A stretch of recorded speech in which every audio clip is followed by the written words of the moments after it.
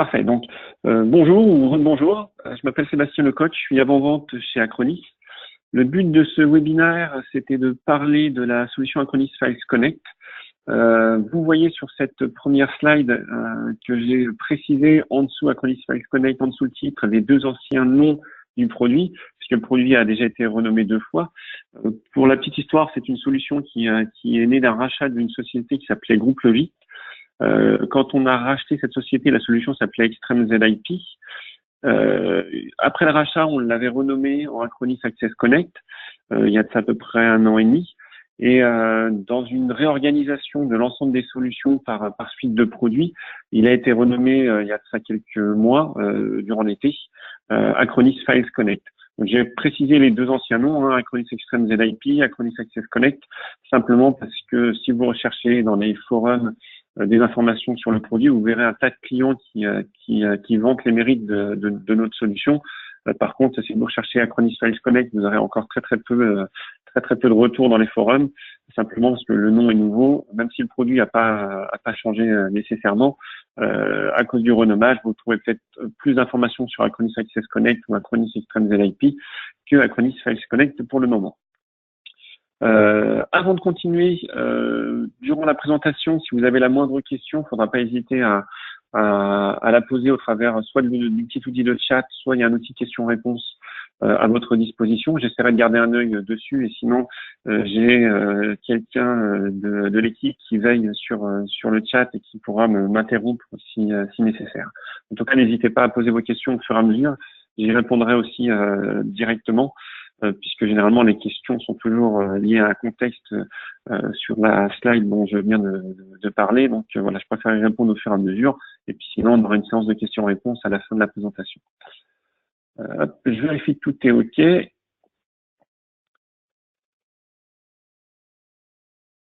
OK. Donc, un des challenges techniques de nos équipes IT du moment concerne l'intégration des stations de travail Mac dans un environnement de travail Microsoft. Simplement, à titre historique, les environnements Microsoft et les environnements Apple ont des protocoles de partage qui sont complètement différents. Les stations de travail Mac utilisent le protocole Apple qui s'appelle AFP, Apple Film Protocol. Les stations de travail et serveurs Windows implémentent le protocole SMB, Server Message Block, ou CIFS, peu importe comment vous voulez l'appeler. Et ces deux petits mondes ont chacun donc leur propre protocole. On a eu une implémentation du protocole AFP sur serveur Windows qui a très vite été arrêtée. On a une implémentation du protocole SMB dans macOS et je reviendrai sur cette implémentation un petit peu plus loin. Simplement, l'implémentation du protocole SMB dans macOS a malheureusement des limitations et des effets de bord assez catastrophiques pour les utilisateurs, ce qui fait qu'on se retrouve à avoir des stations de travail Mac qui essayent d'accéder à des ressources type serveur de fichiers ou imprimantes gérées par des serveurs Microsoft et qui ont des problèmes que j'évoquerai par la suite. Donc on se retrouve avec deux mondes qui ont du mal à communiquer et le but de la solution Acronis Files Connect, c'est de faire en sorte que ces deux mondes communiquent mieux en jouant, si je devais simplifier le rôle d'Acronis Files Connect, c'est vraiment un rôle de traducteur qui va permettre au monde Mac et au monde Apple de communiquer l'un avec l'autre correctement. Les problèmes que vont rencontrer les utilisateurs Mac lorsqu'ils vont tenter d'accéder à des ressources Microsoft et principalement aux ressources services de fichiers, c'est le cœur de la solution Acronis Files Connect, ça va être des problèmes de corruption de fichiers, des problèmes de connexion à un partage, des déconnexions intempestives aussi. Lorsqu'ils réussissent à se connecter, il peut y avoir des problèmes d'autorisation d'accès à certains dossiers ou fichiers, alors que d'un point de vue ACL Microsoft, les droits, les permissions ont bien été mis en place sur les dossiers et fichiers. Certaines applications qui vont être lancées par les utilisateurs Mac vont accéder à des fichiers sur des partages Windows, vont mettre des verrous sur ces fichiers, et puis lorsqu'on ferme l'application côté station de travail Mac, malheureusement les verrous n'ont pas été enlevés correctement côté partage, et puis on peut plus rouvrir le fichier, que ce soit la personne qui l'avait ouvert et fermé, ou une autre personne qui essaye d'y accéder sur le réseau. Des fois, il suffit de rebooter une station de travail Mac pour que le verrou saute, et puis des fois, c'est le serveur de fichiers qu'il faut rebooter pour que les verrous soient enlevés. Et là, c'est un peu plus problématique. On va avoir aussi d'autres effets de bord qui sont impactants pour les utilisateurs Mac en termes d'ergonomie. On a sous macOS certains avantages quand on est utilisateur Mac, et notamment des recherches avec des temps de réponse très rapides, ce qu'on appelle les recherches Spotlight. Lorsqu'on monte un partage au travers du protocole SMB, on n'a plus ces recherches Spotlight qui fonctionnent, et donc lorsqu'on fait une recherche sur un document, ou si on souhaite faire une recherche sur le contenu d'un document, on se retrouve avec des résultats qui vont être très lents à être affichés et qui ne sont potentiellement même pas exploitables par l'utilisateur.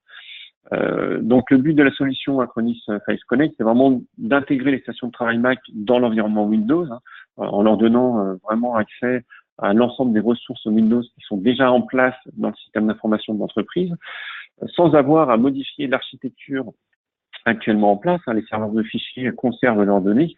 On va simplement rajouter entre l'utilisateur et le serveur de fichiers une passerelle, un traducteur qui va être Acronis Files Connect.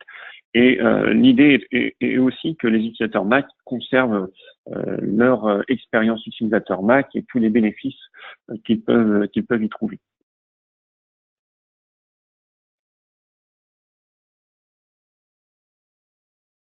Donc, qu'est-ce que c'est que Acronis Files Connect? Ça n'est ni plus ni moins qu'un service AFP qu'on va exécuter donc sur un socle Windows, un socle Windows Server pour être plus précis. Il faudra que je corrige cette slide. On supporte aujourd'hui de 2008 à 2016. 2003 n'est plus supporté avec la dernière version qui est sortie durant l'été, celle qui a amené le renommage Acronis Files Connect. Donc de Windows 2008 à Windows 2016 en termes de socle d'installation. C'est donc ni plus ni moins qu'un service AFP qui va s'exécuter, qui va faire la translation entre des requêtes AFP qui vont lui arriver de la part de stations de travail Mac vers le monde de Microsoft, soit donc de l'impression, soit, et encore une fois c'est le cœur de métier de la solution, soit donc de dialoguer avec des serveurs de fichiers au travers du protocole SMB CIFS et renvoyer le résultat de la requête à la station de travail Mac qui l'a initié. Il n'y a strictement aucun logiciel à installer côté station de travail Mac, puisque on va utiliser le protocole AFP qui est implémenté correctement dans macOS. Donc strictement rien à installer. On verra à la fin que dans les nouveautés de la version 10.5 sortie cet été, on a quand même apporté un client qu'on peut installer sur les stations de travail Mac et qui va enrichir l'expérience utilisateur. Donc ce n'est pas obligatoire, mais ce petit client peut être un avantage pour les utilisateurs, donc à voir si vous souhaitez le déployer ou non. On a aussi intégré, depuis la version 10, donc il y a ça à peu près plus d'un an, une passerelle pour l'accès des périphériques mobiles aux données d'entreprise. C'est une autre solution qu'on a à notre portfolio qui s'appelle Acronis Access Advanced. En tout cas, c'est une partie de cette solution. La solution Acronis Access Advanced permet aux utilisateurs depuis des périphériques mobiles ou même un simple navigateur web d'accéder, de synchroniser des données et de travailler en mode collaboratif sur des données d'entreprise. C'est une véritable alternative aux solutions de type Dropbox, Box, Google Drive, OneDrive, toutes ces solutions de type cloud public qui ne sont pas sécurisées, qui n'apportent pas le niveau de confidentialité nécessaire pour héberger des données d'entreprise. La solution Acronis Access Advanced permet de pallier à cette problématique-là en fournissant à nos clients une plateforme de type donc Dropbox, Box et autres, mais qui est hébergée on-premise dans le système d'information du client, qui est complètement contrôlé et qui apporte aussi beaucoup plus de fonctionnalités que les solutions que je viens d'évoquer. Et de cette solution Acronis Access Advanced, on a simplement extrait le composant, la passerelle pour l'accès aux périphériques mobiles, pour l'intégrer à Acronis Files Connect. Donc c'est vraiment une version très limitée de ce que le produit Access Advanced peut apporter. On a intégré cette petite passerelle en version limitée pour aussi vous permettre de voir ce qu'on sait faire sur l'accès des périphériques mobiles aux données d'entreprise. En termes de prérequis techniques sur ce service AFP Acronis Files Connect, on va avoir donc un CPU ou cœur dédié pour le service. Hein. Quand je dis un CPU ou cœur, ça ne prend pas en compte les ressources nécessaires pour le système d'exploitation et éventuellement d'autres applications qui seront installées dessus. Et en termes de RAM, on va démarrer aussi avec 1 giga de RAM. Ce sont les prérequis minimums. Vous comprendrez qu'en fonction du nombre de requêtes que le service va avoir à traiter, sous-entendu le nombre de stations de travail Mac et le nombre d'utilisateurs qui vont être connectés à la plateforme, on va avoir besoin de plus ou moins de ressources pour adresser ces requêtes.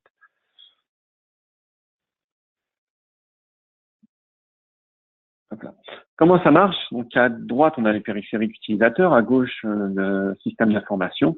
Entre les deux va venir se placer donc cette plateforme Acronis Files Connect maintenant pour donc relayer les requêtes AFP qui arrivent des stations de travail Mac vers le monde Windows.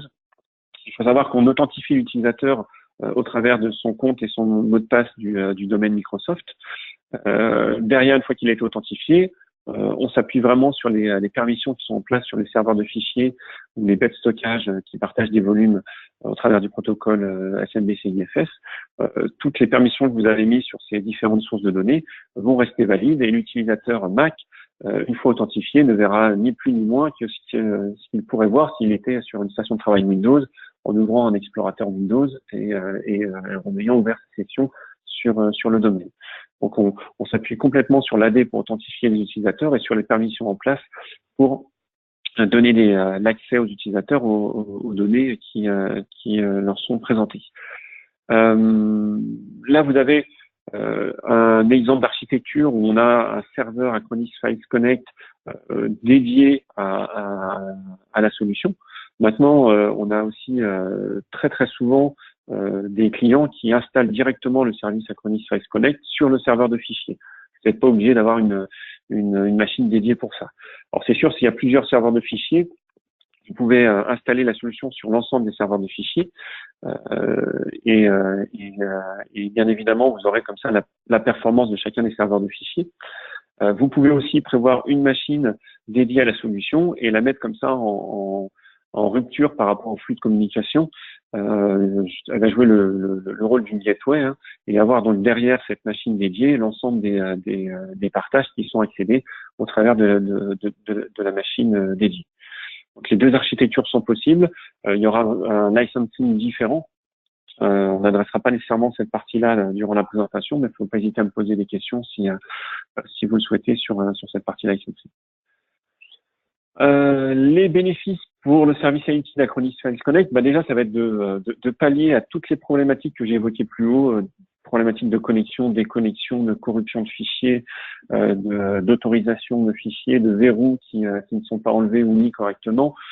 Toutes ces problématiques-là vont être complètement éliminées par l'usage d'Acronis Files Connect, encore une fois parce que la station de travail parle en AFP, la station Mac parle en AFP.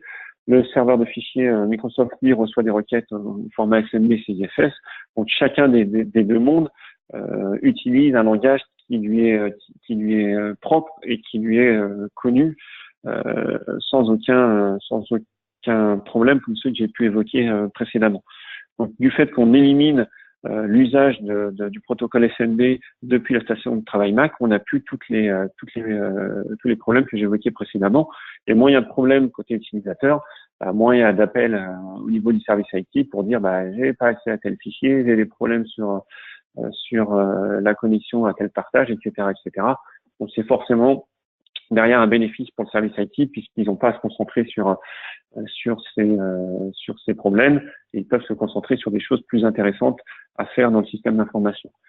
On s'appuie donc sur l'AD et sur les ACL Windows en place au niveau de l'accès aux données des serveurs de fichiers. Donc c'est complètement intégré avec ce qui est déjà en place dans le système d'information. On va avoir aussi un support des espaces de nom DFS. Donc DFS Distributed File System, c'est un service Microsoft, une fonctionnalité qu'on va activer sur un serveur Microsoft qui permet de créer une sorte d'arborescence virtuelle pour les utilisateurs, ce qui leur permet d'avoir une seule et unique arborescence dans laquelle on va créer des accès virtuels à des partages réseau existants. Et pour un utilisateur, au lieu d'avoir à monter le partage 1, le partage 2, le partage 3 pour pouvoir accéder à ces différentes données, ce qui peut être fait par un script d'ouverture de session, par exemple, ben là, on va monter un seul partage et à l'intérieur de ce partage, sans même le savoir, quand on va parcourir le partage, on va être redirigé vers différents partages gérés par différents serveurs de fichiers. Cela de manière complètement transparente. L'utilisateur lui voit qu'une seule arborescence, se promène dedans comme si c'était un seul partage, sans même savoir que derrière, il peut être redirigé d'un partage à un autre, d'un serveur de fichiers à un autre, sans en avoir connaissance. Donc, cette fonctionnalité DFS, normalement, n'est pas accessible au travers des stations de travail Mac, puisqu'il n'y a pas d'implémentation de cette partie-là. Ce qu'on va avoir au travers d'Acronis Files Connect, c'est différents volumes. Et un volume peut tant être des données locales, un serveur de fichiers, des données distantes au travers d'un chemin UNC, ou même une racine d'un espace de nom DFS. C'est complètement transparent pour la station de travail Mac. Et les stations de travail Mac vont donc avoir accès aussi aux espaces de nom DFS. On a aussi intégré dans la solution un mécanisme de gestion des chemins et des noms de fichiers, puisqu'entre Mac et Windows, il y a aussi des différences en termes de caractères illégaux et caractères autorisés qu'on peut mettre dans un nom de fichier ou dans un nom de dossier. On a aussi des différences en termes de taille maximale d'un chemin pour un fichier, pardon.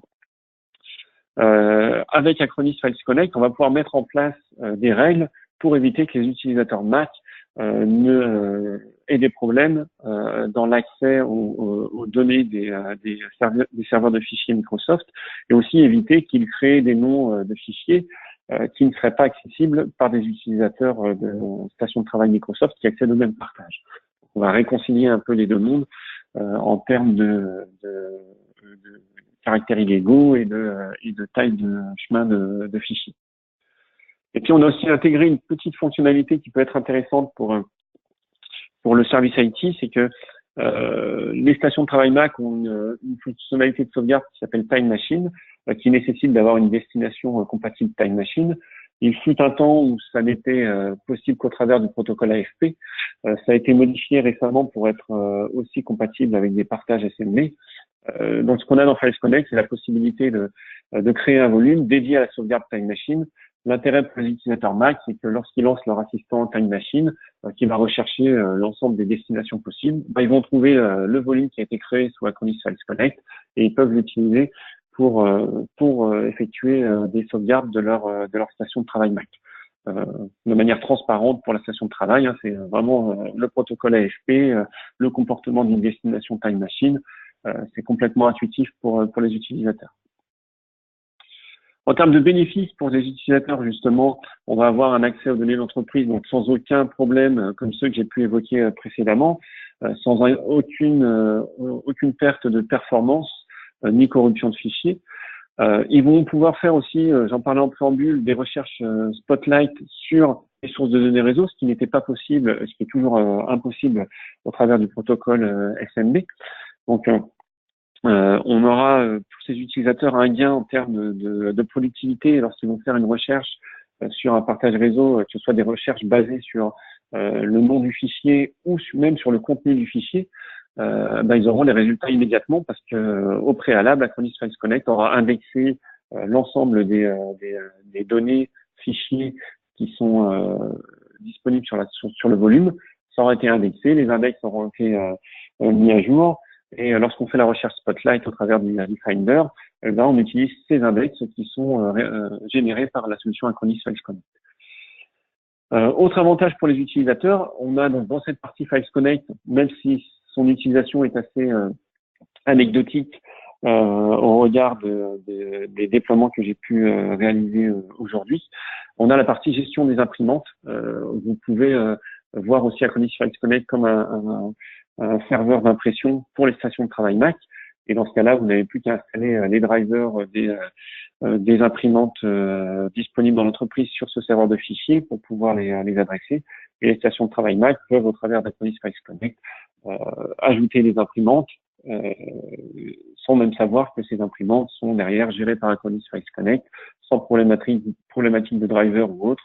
et ils peuvent directement envoyer leurs impressions vers les imprimantes d'entreprise. Dernière fonctionnalité qu'on a ajoutée depuis la version 10, et j'ai une slide dédiée à ça d'ailleurs un petit peu plus loin. J'ai déjà évoqué précédemment, hein, c'est l'accès aux données d'entreprise depuis des périphériques mobiles, l'ensemble des volumes que vous allez créer dans Acronis Files Connect, qui ont, on va dire, une vocation principale à être adressés par des stations de travail Mac. Ces volumes peuvent être aussi adressés et accessibles au travers de périphériques mobiles, puisque le service Acronis Files Connect va répondre sur le port 443 par défaut, avec un service d'accès au volume par des périphériques mobiles. Il suffira sur le périphérique mobile d'installer l'application Acronis Access, que ce soit sur iOS, Android, Windows Phone, Windows Tablet. On a des applications sur chacun des stores, Apple Store, Google Store et Windows Store, des applications gratuites.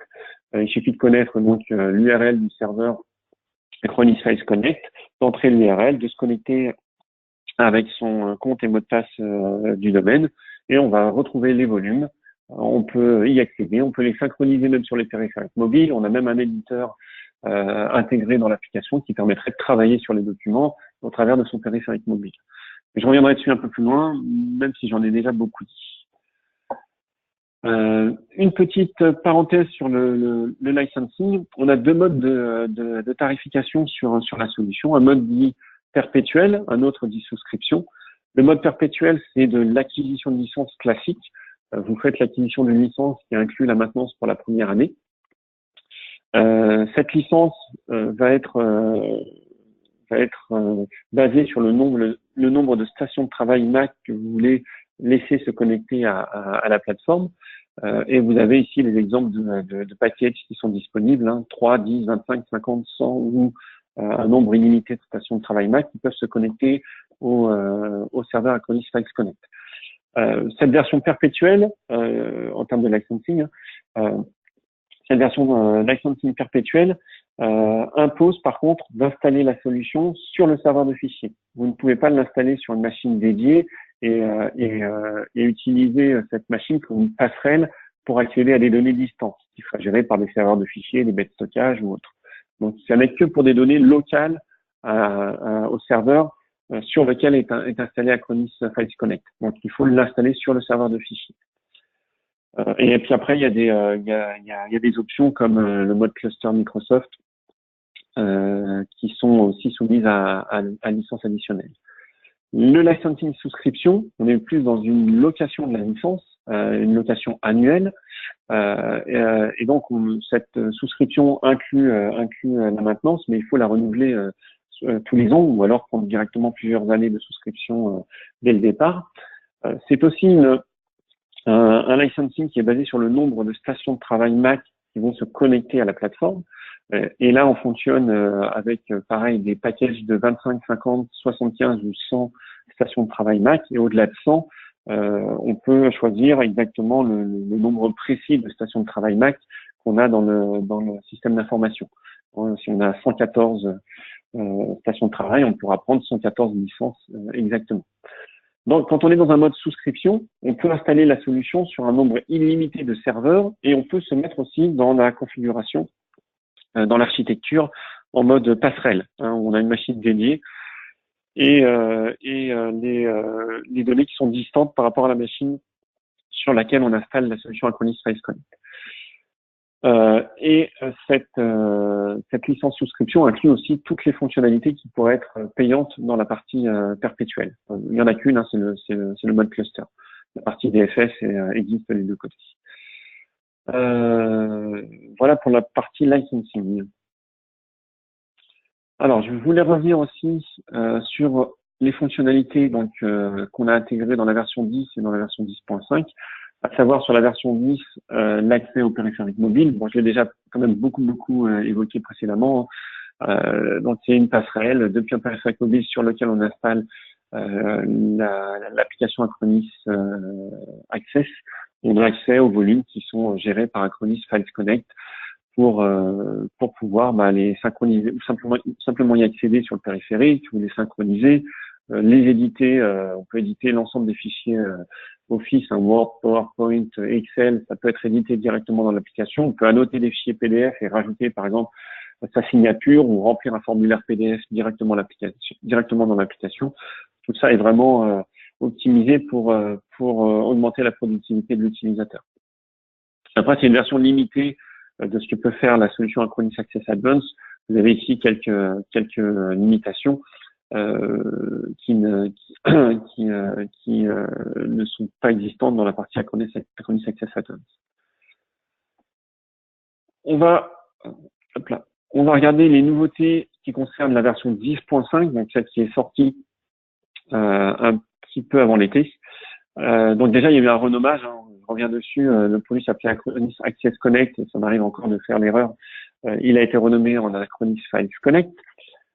Et puis, on a intégré à cette nouvelle version un client pour Mac qui permet aux utilisateurs de faire des recherches Spotlight sur l'ensemble des sources de données, l'ensemble des volumes qui sont présentés au travers de la plateforme, qui va lui permettre aussi de facilement accéder à un volume présenté par la plateforme sans avoir à s'y connecter en faisant plusieurs manipulations.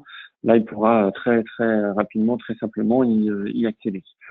Donc, il va voir au sein du client l'ensemble des ressources qui sont présentées par le serveur sans avoir à passer par une phase de connexion pour pouvoir les identifier derrière. On a aussi amélioré les algorithmes de recherche, donc recherche plus performante, recherche aussi qui peuvent se faire maintenant sur les tags des fichiers.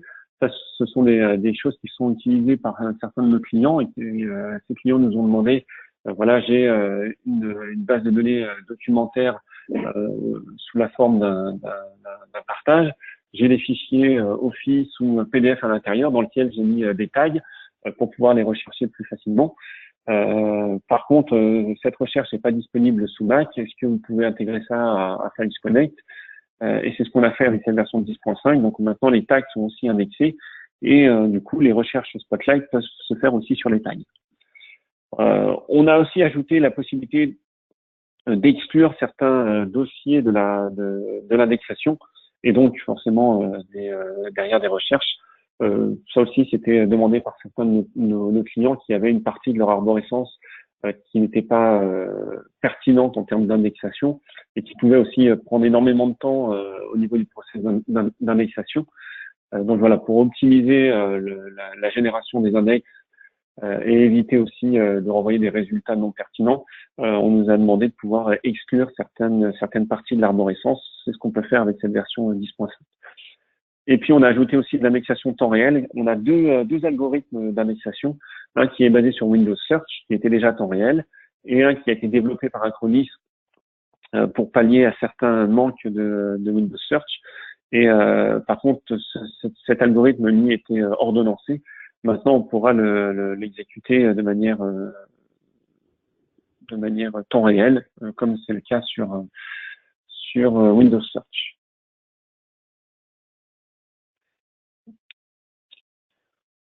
Donc voilà pour la partie présentation. Hop là, j'ai une petite partie démonstration et puis après ce sera les questions-réponses. Alors je vais fermer la présentation.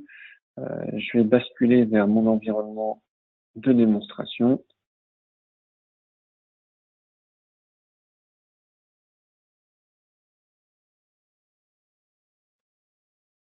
Ok. Donc, je suis connecté sur l'environnement de démonstration. Donc, je suis connecté sur mon serveur Acronis Files Connect. Je vais lancer la console d'administration. Alors, c'est difficile de vous faire une démonstration de tous les problèmes qui peuvent être corrigés par Acronis Files Connect. Je parlais des erreurs, des problèmes de connexion, déconnexion intempestive, verrouillage de fichiers, etc., puisque ce sont des problèmes qui arrivent principalement quand on est plusieurs utilisateurs et encore plus quand on est un mix d'utilisateurs Mac, Windows. Là, je suis tout seul sur mon environnement de démonstration. Il y a peu de chances que j'arrive à générer une erreur en étant tout seul. Donc, voilà, je vous montrerai pas cette partie correction, mais c'est plus quelque chose qu'on évalue et dont on se rend rapidement compte quand on met en place la solution Acronis Files Connect. Donc, juste vous montrer très rapidement l'interface d'administration, comment ça fonctionne. Donc, on a une partie paramétrage ici qui va vous permettre de configurer la solution. Alors là, elle est en anglais, mais si vous l'installez sur un serveur en français, la solution récupère depuis vos paramètres régionaux le langage à ajuster au niveau de l'interface. J'ai tellement l'habitude de l'avoir en anglais que parfois je peux être perdu sur la version française. Et du coup, je vous fais la démonstration avec la version anglaise. Donc, au niveau de cette console d'administration, donc on va avoir une partie paramétrage dans laquelle vous allez pouvoir paramétrer le service en termes d'accès au serveur de fichiers, donc définir est-ce qu'on présente le home directory des utilisateurs en s'appuyant sur l'Active Directory, est-ce qu'on active la fonctionnalité de repartage réseau. Et ça, c'est typiquement le mode d'architecture en passerelle où on a un serveur dédié à Files Connect et derrière on accède à des partages qui sont distants.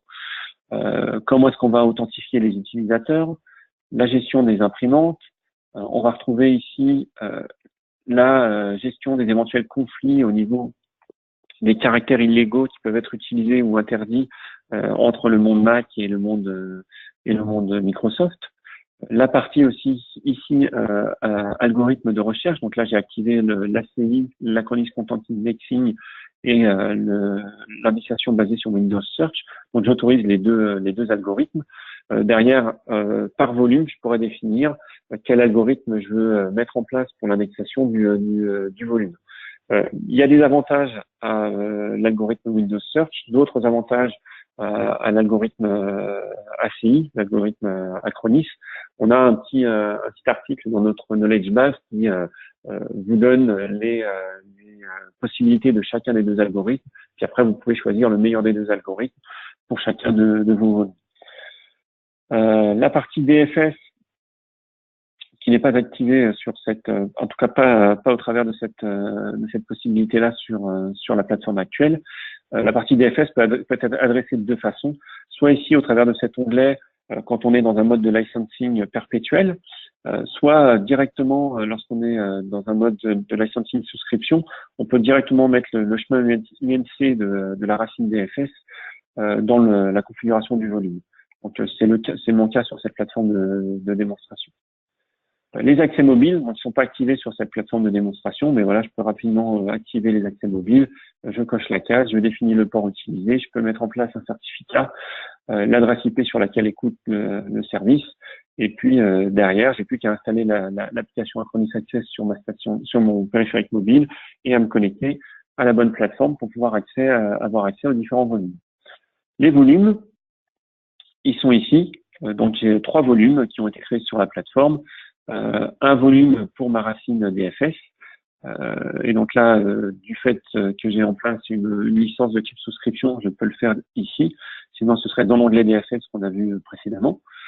J'ai un serveur de fichiers à Munich, un serveur de fichiers à Paris. Alors, ils sont réellement à Paris-Levallois et à Munich. Donc, j'utiliserai principalement le serveur de Paris pour des raisons de performance. Lorsque je veux rajouter un nouveau volume, moi, je clique sur créer. Je récupère un chemin. Donc là, je vais prendre par exemple ce chemin-là. Donc c'est un volume qui est sur ce serveur. Donc je vais mettre ici un chemin S et la partition qui est dédiée à l'hébergement des données de mon serveur de fichiers. Si j'avais voulu mettre en place un nouveau volume depuis un chemin UNC, j'aurais choisi donc sur la petite pop-up précédente sur un autre serveur. Là donc c'est un chemin local. Je fais OK. Je donne un nom à ce volume. Je dis ce volume, est-ce que je veux qu'il soit présenté au travers du protocole AFP ou simplement utilisé toujours au travers du protocole ASMB mais indexé. Alors ça va être dans des cas d'architecture bien précis. Je ne vais pas tout évoquer durant cette présentation, mais on a ajouté cette fonctionnalité-là si on veut simplement faire des recherches et ne pas monter les volumes. On va être capable de l'adresser aussi au travers de cette option ici. Je définis quel algorithme d'indexation est utilisé pour indexer le volume, donc soit l'ACI, soit Windows Search. J'ai aussi différentes fonctionnalités si je veux mettre le volume en read-only, si je veux autoriser des accès invités, etc., etc. Si je veux activer Time Machine, vous voyez que du coup, quand j'active Time Machine, ça devient un volume uniquement Time Machine, mais là, ça ne m'intéresse pas. Donc voilà, je peux aussi customiser ici l'algorithme d'indexation avec l'exclusion de dossiers dont je parlais précédemment, comment est-ce que est ordonnancée l'indexation, tout ça peut être complètement paramétré. Je fais OK et mon volume dossier réseau a été ajouté. Il va être disponible pour mes utilisateurs Mac. Donc on peut suspendre un volume si on a de la maintenance à faire dessus, modifier les paramètres, etc., etc. On a aussi la possibilité d'importer, si on a installé donc le service Acronis Files Connect sur un serveur de fichiers sur lequel on a différents partages qui existent, on peut dire, plutôt que de créer les volumes manuellement, on peut dire je veux importer l'ensemble des partages réseau qui sont créés, l'ensemble des partages réseau SMB qui ont été créés sur ce serveur de fichiers. Je clique sur importer et tous mes partages, tous mes volumes sont créés en fonction des partages qui existent. Donc, j'ai pas à tout renseigner à la main. Quand les utilisateurs vont se connecter, on va avoir des sessions qui sont ouvertes. Là, j'ai ouvert une session depuis une station de travail Mac. On voit la session qui est ouverte. Pareil, si j'ouvre des fichiers, alors là, pour l'instant, je n'en ai pas encore ouvert, mais si j'ouvre un fichier, je vais avoir l'ensemble des verrous concernant le fichier qui sont affichés ici. Je vais basculer sur une station de travail Mac. Ici, j'ai ma station de travail Mac avec mon Finder. Donc, je vais me déconnecter du serveur pour vous montrer exactement comment ça marche. Donc, pour me connecter, si j'ai pas le client Files Connect installé, je lance mon Finder, aller se connecter au serveur. Ce que les utilisateurs doivent faire, c'est simplement, au lieu ici de mettre SMB, ce qui est d'ailleurs le protocole par défaut maintenant sur Mac, ça a été changé il y a un peu de temps, au lieu de faire SMB pour accéder à un partage, je vais utiliser le protocole AFP et je vais me connecter au serveur Acronis Files Connect. Donc, voulez-vous vous connecter? Oui. Alors là, moi, j'ai enregistré mon compte et mon mot de passe Active Directory dans le trousseau de ma station de travail Mac. Donc, il n'a pas demandé d'authentification. Il a utilisé ce qu'il y avait dans le trousseau. Mais si j'avais pas enregistré ces éléments dans le trousseau, j'aurais eu une pop-up me disant entrez votre compte et votre mot de passe pour pouvoir vous connecter au serveur Files Connect. Donc là, je mets mon compte, mon mot de passe du domaine, et derrière, il me propose donc différentes sources de données, différents partages, et on retrouve dedans le dossier réseau, la racine DFS et les deux serveurs de fichiers à Munich et à Paris. Donc je choisis ce à quoi je veux me connecter, et il m'affiche le contenu de la source de données. Si on fait lire les informations, on voit que je suis bien connecté au travers du protocole AFP. Et de manière transparente, je vois le contenu de mon serveur de fichiers. Si je... Hop là, si je... il doit être ici, serveur de fichiers. Voilà, si je me mets ici sur le serveur de fichiers, on va voir que je retrouve exactement le même contenu. Donc j'accède bien à mon serveur de fichiers. Je peux me promener à l'intérieur, ouvrir un document. Hop là. Du coup, oui, ça ne nécessite pas de verrou d'ouvrir un fichier PDF, donc je n'ai pas de verrou qui est apparu dans mon interface. Voilà, je parcours mes documents, etc., etc. Pareil, si je reviens ici à la racine, je vais voir les autres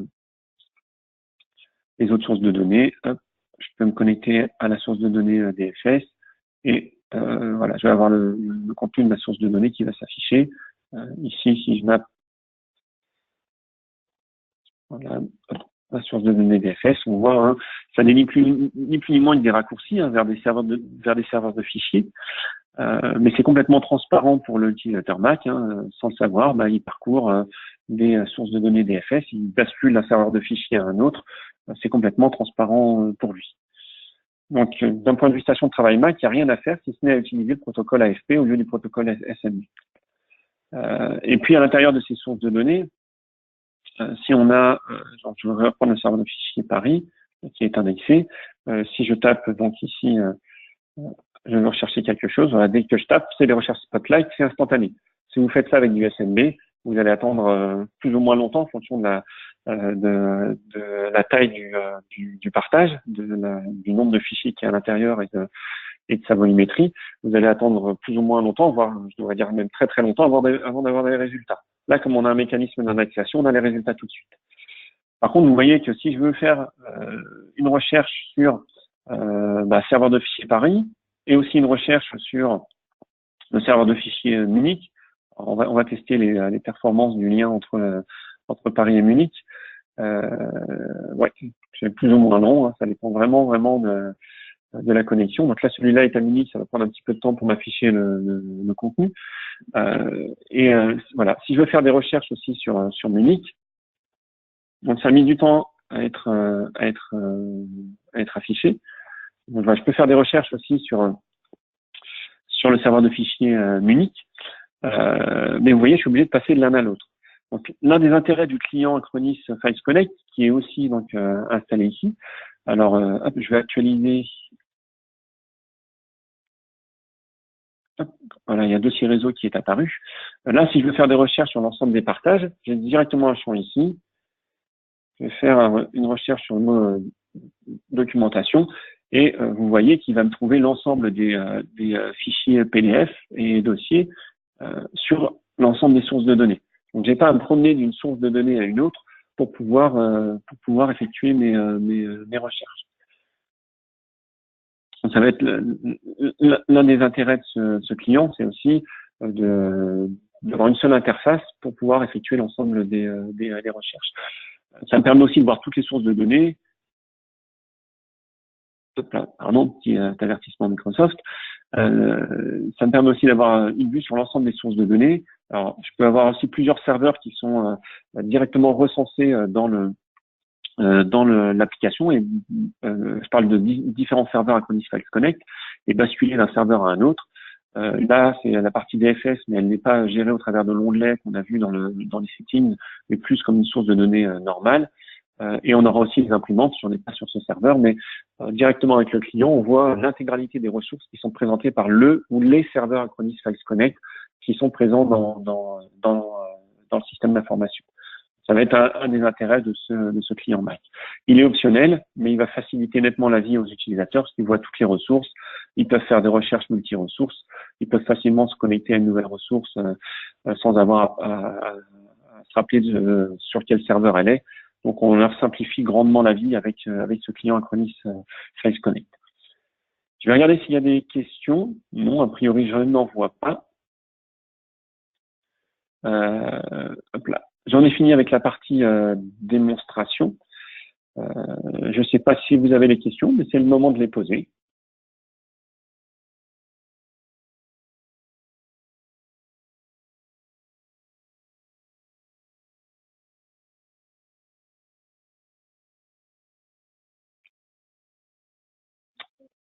Bon, a priori, c'est que j'ai été relativement très clair, ou alors que vous êtes timide. En tout cas, si vous avez des questions par la suite, je vais revenir sur la partie présentation. Hop, je vais réafficher mes coordonnées.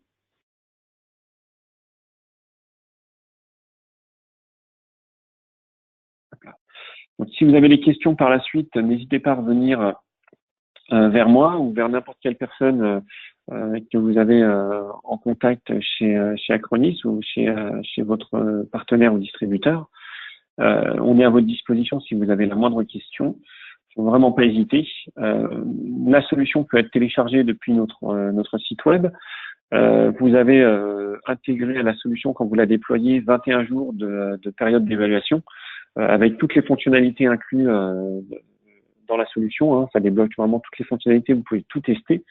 Et puis voilà, n'hésitez pas à nous solliciter durant la période d'évaluation si vous avez la moindre question. On est là pour y répondre et on y répondra volontiers. Je vous remercie tous d'avoir assisté à cette présentation et puis je vous souhaite une bonne journée.